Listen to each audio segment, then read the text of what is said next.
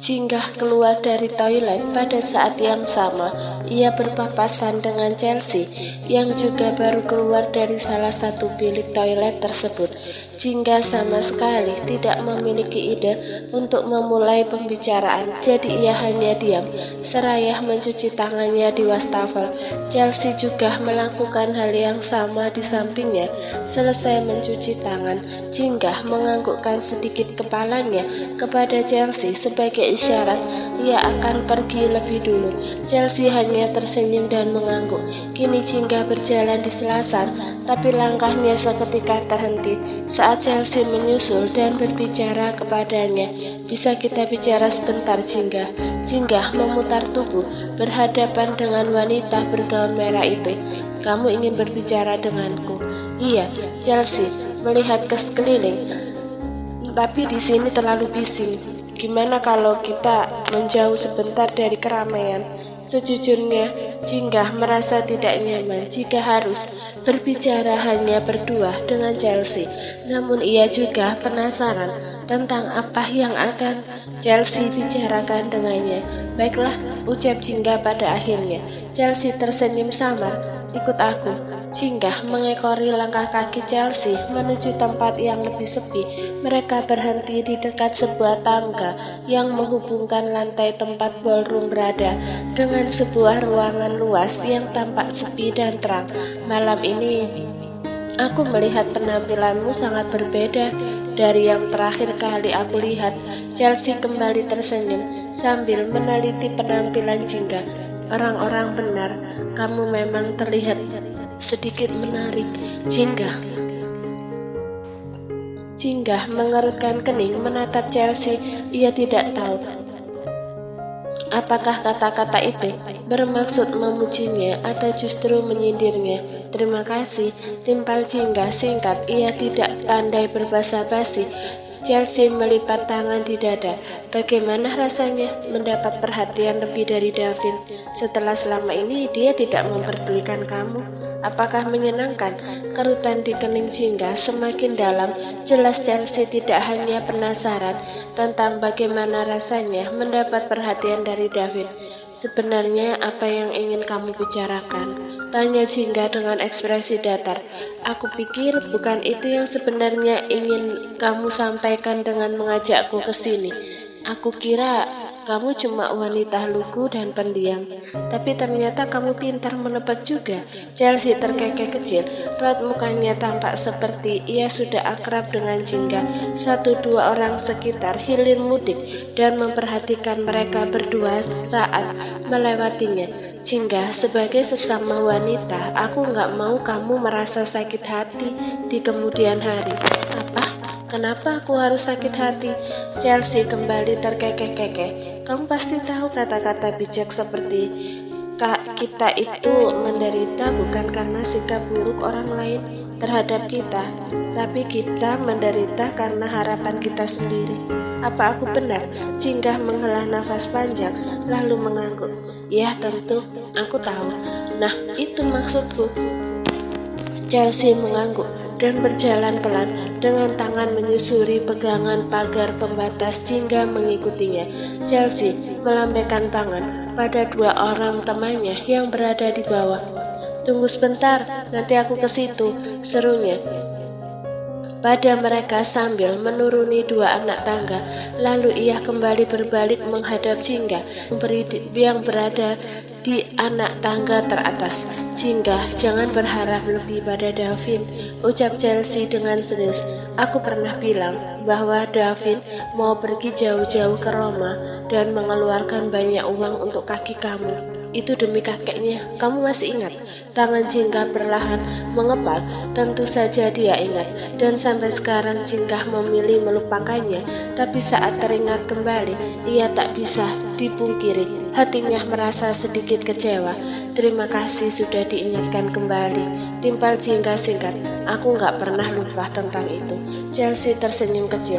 Saat itu aku belum selesai bicara karena aku pikir kamu belum siap mendengar semuanya. Apa maksudmu? Singgah semakin penasaran apa inti yang disampaikan Chelsea. Dengan tatapan serius, Chelsea berkata, Davin gak menyukai kamu, Jingga. Seketika Jingga membeku, kepala tangannya menguat, perasaannya semakin tak nyaman, dan ia ingin segera mengakhiri percakapan ini. Perhatian yang Davin berikan padamu beberapa bulan belakangan ini gak lebih dari rasa kasihan. Dia kasihan pada nasibmu yang menyedihkan.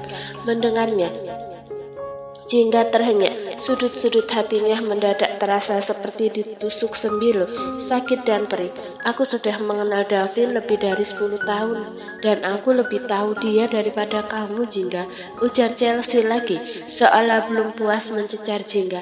Satu hal yang harus kamu tahu, Davin itu orang yang bisa memberikan perhatian pada wanita yang gak dia sukai dan bersikap seolah-olah Davin menyukainya adalah hal yang sangat mudah dia lakukan. Apalagi saat kami remaja, dia bisa memberikan perhatiannya pada lebih dari satu wanita. Jadi aku ingatkan sekali lagi, jangan berharap lebih pada Davin dan jangan membuat dia kesulitan karena harus memperhatikanmu, Jingga. Dia punya kehidupannya sendiri, jangan mengekangnya. Jingga merasakan dunia di sekitarnya berputar-putar dengan cepat. Kepalanya nyeri dan dadanya sesak. Meski Jingga sudah tahu bahwa Davin tidak menyukainya, tapi mendengar kata demi kata dari mulut Chelsea membuat rasa sakit itu kembali menganga. Kini Jingga sadar bahwa ia terlalu berharap lebih pada Davin. Ia berharap bahwa kebersamaannya dengan Davin akhir-akhir ini karena atas dasar rasa suka. Seharusnya ia tidak mengharapkan apapun dari Davin. Seharusnya ia tidak serakah dan seharusnya Jingga tersentak dan keluar dari lamunannya saat mendengar pekikan Chelsea. Wanita bergaun merah itu nyaris terjatuh. Refleks Jingga menjulurkan tangan ke arah bahu Chelsea hendak menolongnya. Namun Chelsea lebih dulu menjatuhkan dirinya sebelum Jingga benar-benar menyentuhnya. Chelsea berguling-guling dari tangga dan berakhir di lantai bawah. Mata Jingga terbelalak kaget dan panik. Secara tiba-tiba beberapa orang bermunculan di bawah sana dan di dekat Jingga. Mereka terkejut melihat pemandangan itu. Dalam sekejap, suasana berubah riuh. Tolong, panggil bantuan, Chelsea pingsan, seru seseorang di bawah sana yang berusaha menolong Chelsea. Dia didorong oleh wanita ini. Iya, aku melihatnya, wanita ini mendorong Chelsea. Jingga menggelengkan kepalanya cepat. Tidak, bukan aku. Kejadiannya tidak seperti itu. Bibir Jingga gemetar, lututnya lemas. Terlalu banyak orang di sini yang menyudutkannya dan Jingga benar-benar tidak nyaman. Aku enggak, itu apa yang terjadi? Selah Davin dengan suara baritonnya membuat Jingga tersentak. Jingga menoleh pada lelaki itu. Sesaat Jingga sempat merasa lega karena ia tidak sendirian di sini. Tapi detik berikutnya ia kehilangan kepercayaan diri di depan Davin. Dev, Chelsea jatuh, katanya dia pingsan, gumam Jingga sambil meremas pakaiannya. Tangannya berkeringat dingin. Davin menatap Jingga dan Chelsea di bawah sana bergantian dengan kening berkerut. Ekspresinya campuran antara bingung dan terkejut. Wanita ini mendorong Chelsea dari sini, seru seseorang. Iya, saya melihat dengan mata saya sendiri. Dua wanita di belakang Davin tampak menggebu-gebu, membuat Jingga semakin tersudutkan. Apa yang kalian katakan? Tanya Davin pada dua wanita itu dengan suara dingin. Tadi mereka lagi mengobrol di sini dan aku rasa obrolannya sangat serius. Lalu tiba-tiba mbak ini mendorong Chelsea. Jingga terdiam saat tatapan Davin kembali tertuju padanya. Tatapan penutannya, tatapan yang seolah-olah meminta klarifikasi. Jingga ingin menyangga semua tuduhan itu. Tapi siapapun, tolong Chelsea, cepat. Dia harus segera dibawa ke rumah sakit, seru salah satu teman Chelsea di bawah sana. Jingga ingat, wanita itu sempat melambaikan tangan pada Chelsea beberapa saat yang lalu.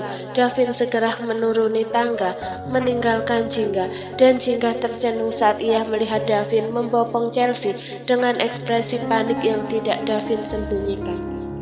Jingga terdiam saat tatapan tajam Nita tertuju padanya. Emran hanya duduk diam di salah satu kursi tunggu di depan ruangan UGD. Padahal kami sudah berbaik hati mengizinkanmu menginjakkan kaki di acara kami. Tapi kamu, nafas Nita memburu emosi. Kamu malah mengacaukannya dan membuat anak saya celaka. Desis Nita dengan tajam. Jinggah mengepalkan tangannya. Ia sendirian di sini, di antara orang tua dan kedua teman Chelsea. Tak ada yang bisa ia andalkan selain keberanian dirinya sendiri. Davin masih belum keluar dari ruang UGD. Mungkin saat ini pria itu sedang menunggu Chelsea dengan khawatir. Saya nggak mendorong Chelsea, ucap Jinggah membela diri dengan bibir sedikit gemetar. Ia yang dikelilingi 4 orang itu merasa tidak nyaman. Kami memang sedang mengobrol, lalu Chelsea jatuh, tapi saya nggak sempat menolong dia. Saya nggak mendorongnya. Kamu pikir saya percaya dengan ucapanmu? Nita menunjuk kedua teman Chelsea. Mereka melihat dengan mata kepala mereka sendiri. Kalau kamu mendorong anak saya, Jinggah menatap kedua wanita di samping Nita. Kalian benar-benar memperhatikan kami. Kurasa kalian salah lihat. Aku sama sekali nggak mendorong Chelsea. Kamu pikir kami berbohong? Timpal salah satu dari kedua wanita itu. Kami punya bukti kalau kamu nggak percaya. Ia menatap wanita bergaun pink di sebelahnya. Tunjukkan ke dia. Lalu wanita bergaun pink itu menunjukkan layar ponselnya pada Jinggah yang memperlihatkan rekaman video dari arah bawah saat tangan Jinggah terulur ke bahu Chelsea, lalu Chelsea terjatuh. Jinggah membeku. Rekaman itu menyudutkannya. Posisi Jinggah saat itu tidak menguntungkan. Siapapun yang melihat rekaman tersebut, mereka pasti akan percaya bahwa Jinggah yang mendorong Chelsea. Namun percakapan Jinggah dan Chelsea tidak terdengar jelas dalam video tersebut. Tante Nita dan Om Emran sudah melihat video ini, ucap si wanita bergaun pink. Kami juga mendengar percakapan kalian. Chelsea sedang membahas hubungannya dengan Davin di masa lalu, tapi sepertinya kamu gak terima dengan kenyataan hubungan mereka yang sudah dekat sejak dulu. Kamu akhirnya mendorong Chelsea. Jinggah terhenyak. Mendengarnya, ia menggelengkan kepalanya dengan cepat. Bukan itu yang sedang kami bahas sebelum. Sudah saya duga, kamu iri sama anak saya. Selanita dengan marah membuat Jinggah tidak sempat melanjutkan ucapannya. Jinggah terdiam, kepalan tangannya dadanya sesak seakan oksigen di ruangan ini sudah menipis. Chelsea sudah siuman. Suara Davin tiba-tiba terdengar dari arah belakang Jinggah, menginterupsi percakapan Jinggah dan Nita. Jinggah menoleh dan mendapati pria itu sudah berdiri di depan pintu. Entah sejak kapan Davin mendekat seraya menatap Jinggah sejenak. Dev, gimana Chelsea? Dia baik-baik saja? Tanya Nita dengan panik dan khawatir. Davin mengangguk. Tante bisa menemuinya di dalam. Nanti dokter akan menjelaskan sendiri kondisi Chelsea ke Tante dan Om. Pak, ayo kita ke dalam sekarang. Nita menarik tangan Emran. Dia sempat melirik sinis pada Jinggah sebelum masuk ke UGD. Boleh saya lihat rekamannya? Pinta Davin seraya menjulurkan tangan pada kedua teman Chelsea. Jinggah kaget dan menatap Davin dengan kening berkerut.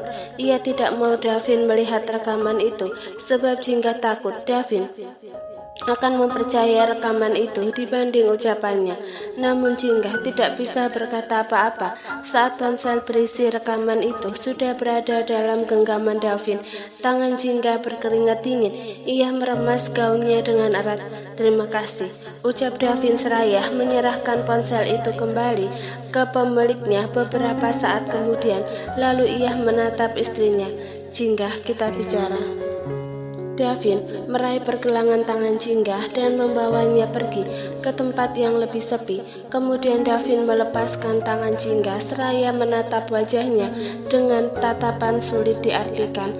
Jinggah merasa tak nyaman dengan tatapan itu. Ia beralih ke arah lain dan sedang berusaha menyusun kata-kata yang tepat. di kepalanya untuk mengakui pada Davin bahwa ia tidak mendorong Chelsea. Seketika Jingga tertegun saat Davin melepas jas hitamnya dan memakaikannya di tubuh Jingga. "Ada yang ingin kamu sampaikan padaku, Jingga?" tanya Davin dengan suara rendah. Jingga menatap mata pria itu, mata yang sempat menatap khawatir pada Chelsea beberapa saat yang lalu. Kemudian Jingga berkata, "Memangnya apa yang ingin kamu dengar dariku? Aku ingin tahu kenapa kamu melakukannya."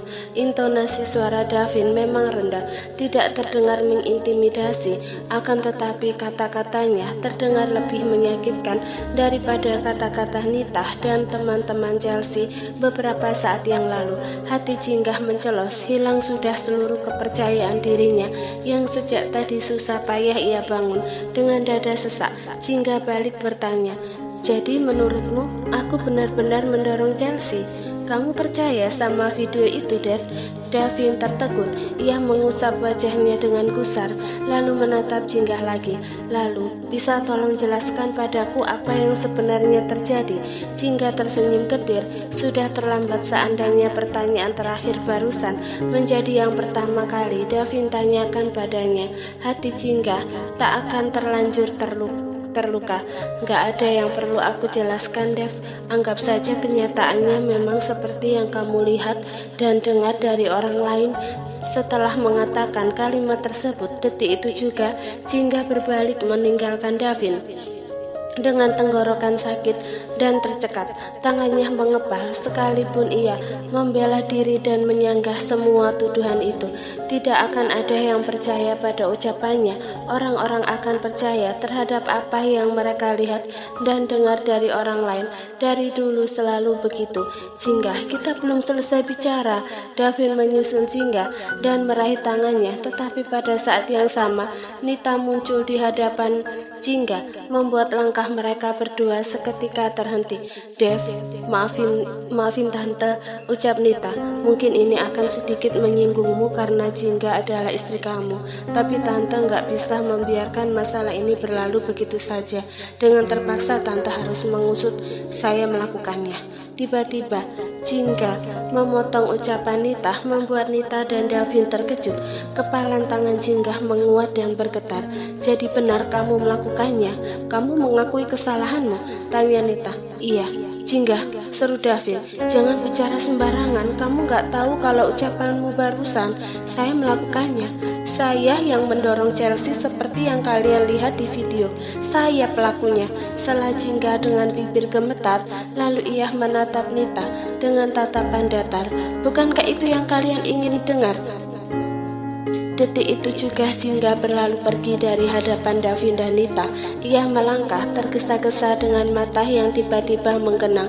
Namun Jingga berusaha untuk menahan air matanya. Ia tidak boleh menangis di depan siapapun, termasuk Davin. Pria itu tak pernah menyukainya. Davin hanya kasihan padanya, dan kenyataan itu membuat Jingga semakin membenci diri sendiri karena sempat berharap hubungan rumah tangga mereka membaik karena Davin melakukannya atas dasar suka.